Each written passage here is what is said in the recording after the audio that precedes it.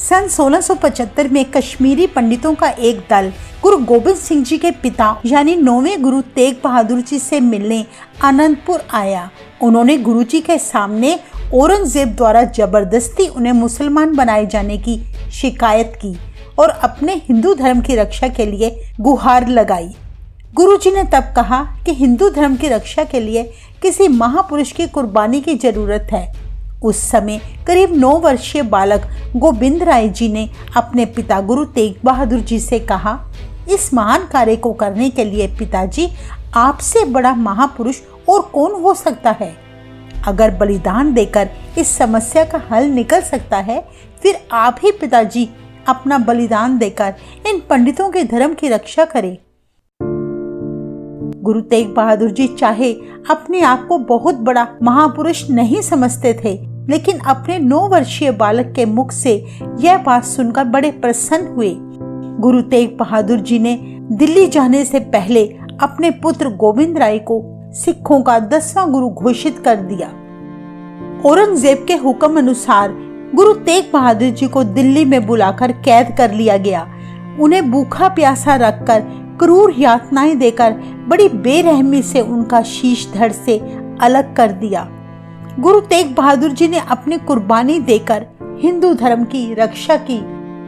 अपने पिता गुरु तेग बहादुर जी की शहादत के बाद गुरु गोबिंद सिंह जी को 9 वर्ष की आयु में 11 नवंबर 1675 को आनंदपुर साहिब में गुरगद्दी का तिलक लगाया गया।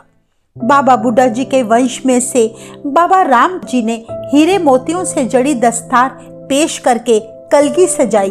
मोतियों की माला, तीर कमान, कृपाण, घोड़ा, बाज और 5 मोहरें उन्हें पेश की। फिर दूर दूर से आई संगतों ने बहुमूल्य भेंटें अर्पण की। इतिहास में दर्ज है कि गुरगद्दी पर विराजमान गुरु गोबिंद सिंह जी बहुत सज रहे थे। सारी संगत चाव और खुशी से भरी पड़ी थी। रागी सिंह गुरबानी का मनोहर कीर्तन कर रहे थे। औरंगजेब ने चाहे सिखों पर बड़ी सख्ती की हुई थी, इसके बावजूद भी लाखों की गिनती में श्रद्धालु आनंदपुर साहिब में पहुंच गए। बताया जाता है कि 50,000 रुपए का उस दिन कड़ा प्रसाद बांटा गया और गुरु का लंगर दिन के 12 बजे से लेकर रात के 12 बजे तक चलता रहा।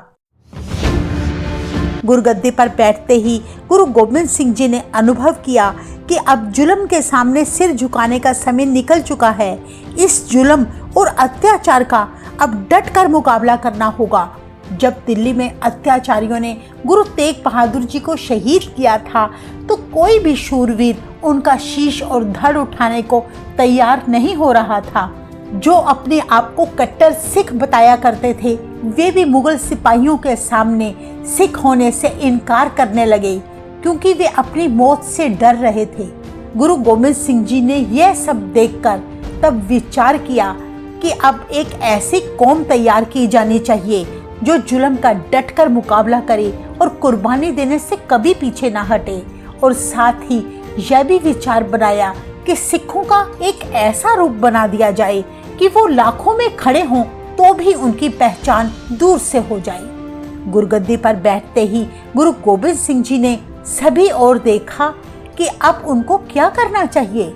जिस काम के लिए वो इस संसार में आए हैं, उस काम को पूरा करने के लिए अभी से ही उन्हें उपाय करने होंगे। इसके लिए उन्होंने 3 कामों पर ध्यान देना शुरू किया। सबसे पहले उन्होंने अपना मन, धन और तन पढ़ाई में लगा दिया।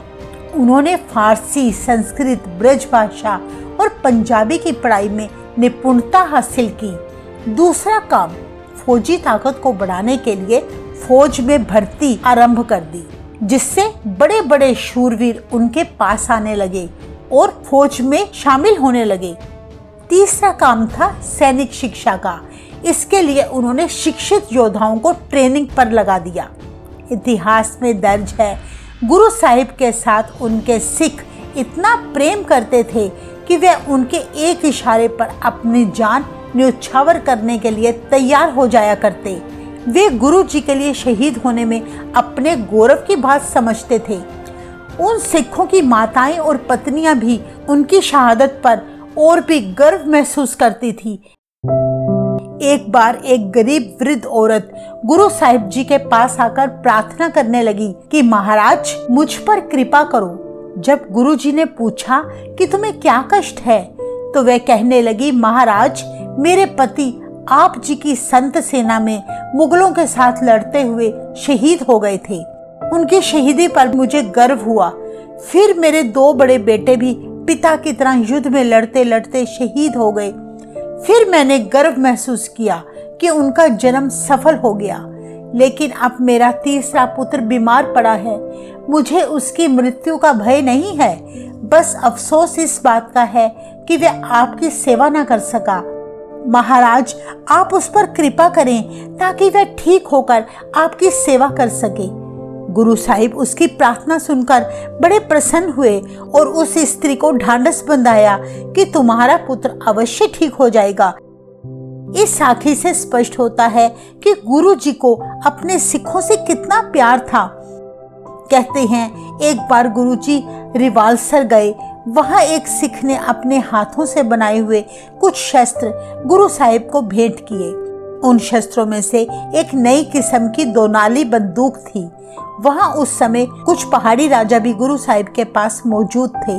गुरुजी ने वह बंदूक गोलियों से भरी और अपने सिखों को आवाज दी कि कोई एक आदमी सामने खड़ा हो जाए, मैं बंदूक का निशाना लगाकर देखना चाहता हूँ। उनके सभी सिखों में आगे खड़ा होने के लिए बहस छिड़ गई।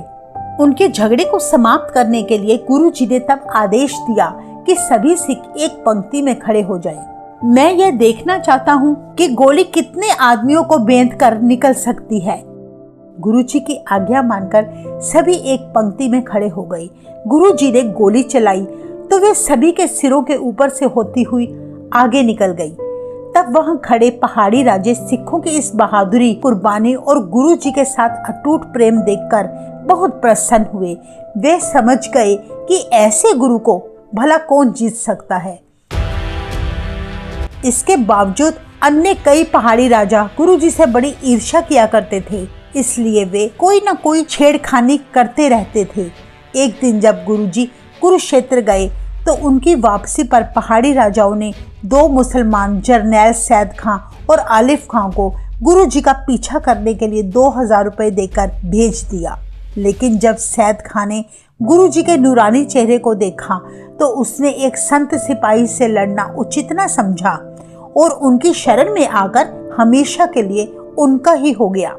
उसके साथ आया आलिफ खां अपनी हार होती देखकर वहां से भाग गया। कहते हैं फिर शाही सेना की बागडोर रमजान खान ने संभाल ली। उसने बड़े आवेश से आक्रमण किया। गुरुजी शाही सेना की सभी चालें समझते थे, इसलिए उन्होंने अनंतपुर साहिब खाली कर दिया। जब सारी शाही सेना रात के समय खा पी कर सो गई तो सिखों ने साहिबजादा अजीत सिंह की अध्यक्षता में उन पर रात को ही हमला बोल दिया। सारी औरंगजेब की शाही सेना को तहस नहस कर दिया। शहर को वापस जीतकर गुरुजी अनंतपुर चले गए। औरंगजेब ने इस हार से चिढ़कर एक विशाल सेना को अनंतपुर साहिब जीतने के उद्देश्य से भेजा। तब वहां जबरदस्त युद्ध छिड़ गया। दोनों तरफ सैकड़ों घायल होते अथवा मरते थे। लेकिन इस युद्ध में एक ऐसा इंसान भी था जो लड़ नहीं रहा था, बल्कि घायलों की सेवा संभाल कर रहा था। वह श्रद्धालु सिख था भाई कन्हैया जी। वे बड़े शांत और दयालु स्वभाव के थे। उनका हृदय कत्लो गारत में नहीं लगता था, इसलिए वे घायलों का इलाज मरहम पट्टी करना जानते थे। सिखों की लड़ाइयों में जब घायल और तड़पते शूरवीरों को वे देखते तो उनका हृदय दया से भर जाता। इसलिए जहां भी युद्ध होता था वे अपने साथियों के साथ पानी की मशकें भरकर घायलों को पानी पिलाने पहुंच जाते और उनकी मरहम पट्टी करते।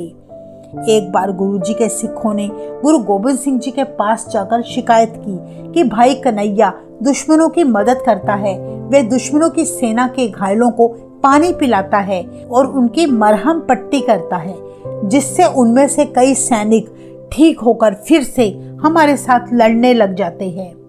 कहते हैं तब गुरुजी ने भाई कन्हैया से इस बारे में पूछा। तब भाई कन्हैया जी ने गुरुजी के आगे प्रार्थना की, हे महाराज, मुझे तो सभी घायलों में आपका ही रूप नजर आता है, इसलिए मैं किसी दुश्मन या किसी मित्र की सेवा नहीं करता। मैं तो हर समय आपकी ही सेवा करता हूँ, आपको ही पानी पिलाता हूँ, आपकी ही मरहम पट्टी करता हूँ।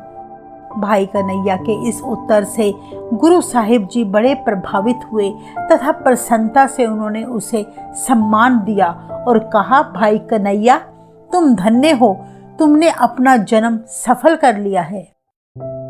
इतिहास में दर्ज है कि एक बार औरंगजेब के बेटे बहादुर शाह ने नांदेड़ में गुरु गोबिंद सिंह जी को अपने सिंहासन पर बड़े आदर सहित बिठाया।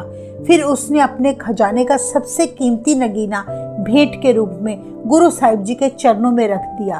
वह नगीना बेशकीमती था और आकार में भी बहुत बड़ा था। कहा जाता है कि वह कीमती पत्थर बहादुर शाह के खजाने की शान था। उसे सोचा कि ये मेरी तरफ से गुरु जी को एक महान भेंट होगी। बहादुर शाह का पिता औरंगजेब एक बहुत बड़ा कट्टर और क्रूर राजा था, पर बहादुर शाह गुरु जी के साथ अच्छे संबंध बनाना चाहता था। उसने गुरु जी को साफ शब्दों में कहा, मेरे पिता के गुनाहों की सजा गुरु जी मुझे न दी जाए। मैं आपका श्रद्धालु हूँ, पर उसके अंदर ये सोच थी कि मैं दुनिया की सबसे महंगी भेंट गुरु जी को अर्पण कर रहा हूँ। ऐसी भेंट तो गुरु जी को कभी किसी ने नहीं दी होगी। तब गुरु गोबिंद सिंह जी ने वह नगीना उठाकर सामने बहती गोदावरी नदी में फेंक दिया। यह देखकर बहादुर शाह को बड़ा झटका लगा। उसने सोचा कि मैं तो सोच रहा था कि गुरु जी को पता होगा कि यह पत्थर नगीना है और बेशकीमती है, पर लगता है गुरु जी ने इसे मामूली पत्थर समझकर फेंक दिया है। उस समय उसकी कीमत लाखों रुपए थी। गुरु साहिब जी के आगे हाथ जोड़कर तब वह बोला, गुरु जी, आपने जो पत्थर समझकर नदी में फेंका है वो तो नगीना है, वो तो बेशकीमती पत्थर है।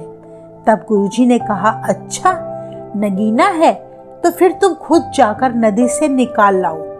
गुरुजी ने कहा, ध्यान से ढूंढना मिल जाएगा। कहते हैं तब बहादुर शाह गुरुजी के हुक्म से नदी में कूद गया और जब पानी में दोनों हाथ मारे तो कई ढेर सारे पत्थर निकाल लिए। वे सारे नगीने ही नगीने निकले। जब उसने देखा वह पत्थर तो नगीने थे, उसकी आंखें खुली की खुली रह गई। गुरु गोबिंद सिंह जी तो आप ही निरंकार रूप है। उनकी कृपा दृष्टि जहां भी पड़ी पत्थर भी नगीने बन गए। फिर बहादुर शाह को अपनी गलती का एहसास हुआ कि मैं तो बहुत बड़ी गलती कर रहा था, जो गुरु जी को दी हुई भेंट को सबसे बड़ी भेंट समझ बैठा। इतिहास में दर्ज है कि उसी स्थान पर आजकल उनका यादगार स्थान बनाया गया है, जिसे गुरुद्वारा नगीना साहिब कहा जाता है। गुरु जी की साखियों से पढ़कर पता चलता है कि जो श्रद्धा से गुरु साहिब को याद करता है, गुरबानी पढ़ता है, गुरु जी अपने ऐसे प्यारे सेवक के हर समय अंग संग रहते हैं। ऐसी ही और महान साखियों के साथ हम फिर अगले हफ्ते आपसे मिलेंगे। वाहेगुरु जी का खालसा, वाहेगुरु जी की फतेह।